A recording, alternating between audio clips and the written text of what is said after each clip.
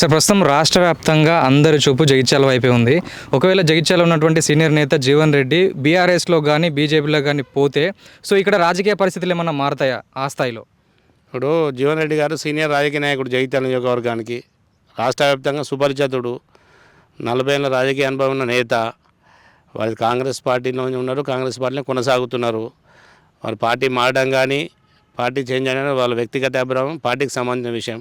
ఒకవేళ భారతీయ జనతా పార్టీకి వస్తే భారతీయ జనతా పార్టీ బలపడుతుందంటే ఆ స్థాయి నాయకుడు వస్తున్నారంటే ఎవరైనా ఆహ్వానిస్తారు. రేపు జీవన్ రెడ్డి గారు వచ్చినా ఈ భారతీయ జనతా పార్టీ భావజాలాన్ని పుణికిపుచ్చుకోవాల్సిందే. వారి స్థాయికి తగ్గట్టు వారికి కూడా గౌరవం ఇస్తుంది పార్టీ. అది పార్టీ రాష్ట్ర నాయకత్వం కానీ జాతీయ నాయకత్వం చూసుకోవాల్సిన విషయం. అదేవిధంగా స్థానికంగా ఇందూరు పార్లమెంట్ సభ్యులు అరవింద్ గారు కూడా ఉన్నారు. అరవింద్ గారు కూడా ఆహ్వానించినట్టు మనం వార్తలు చూస్తున్నాం. ఇక్కడ జీవన్ రెడ్డి లాంటి అనుభవం ఉన్న నాయకుడు భారతీయ జనతా పార్టీ వస్తే పార్టీ ఖచ్చితంగా బలం అవుతుంది. కానీ కాంగ్రెస్కు ఎంతవరకు మైనస్ అయ్యే ఆస్కారం ఉందంటారు? అంటే చాలామంది ఏమంటారు అంటే ఇక్కడికి వెళ్ళి ఇట్లా జీవన్ రెడ్డి వెళ్ళిపోతే కాంగ్రెస్కి ఇక్కడ అసలు ఆ స్థాయిలో అసలు ఆదరణ ఉండదు అన్నట్టుగా మాట్లాడుతారు కొంతమంది. ఒకటి చెప్పాల్సిన విషయం ఏంటంటే కాంగ్రెస్కి ఆదరణ ఎక్కడ ఉందని. కాంగ్రెస్కి ఆదరణ దేశవ్యాప్తంగా లేదండి. ఉన్న 3 రాష్ట్రాల్లో కూడా తుడిచిపెట్టుకుపోతుంది.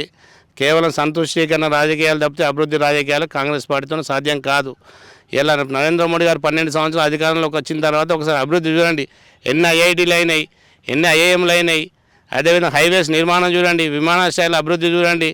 ఇలా అవినీతి ఎంతవరకు తగ్గిందో చూడండి. అప్పుడు మొత్తం స్కాములు అంటే కాంగ్రెస్కు ఒక సినోనిమ్ పదం, అది ఒక పర్యాయ పదంగా మారింది.